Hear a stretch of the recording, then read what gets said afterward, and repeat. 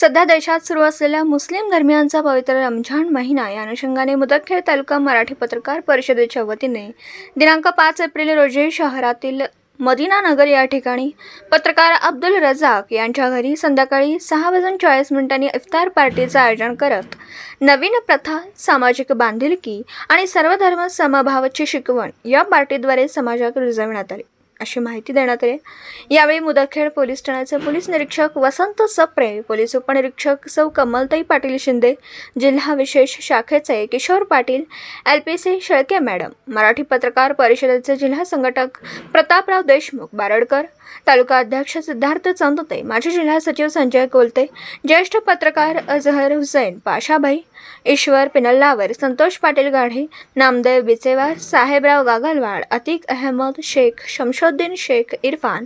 राहुल आठवले, धम्मदाता कांबळे, हाफिज कुरेशी, अब्दुल रज्जाक, मोहम्मद बुरहान, मोहम्मद हकीम खानदान आदींची उपस्थिती होती। तालुका मुदखेड, जिल्हा नांदेडहून प्रतिनिधी अतिक अहमद। दिवसभरातील घडामोडींचा आढावा घेण्यासाठी पाहत रहा N24 मराठी न्यूज चॅनल।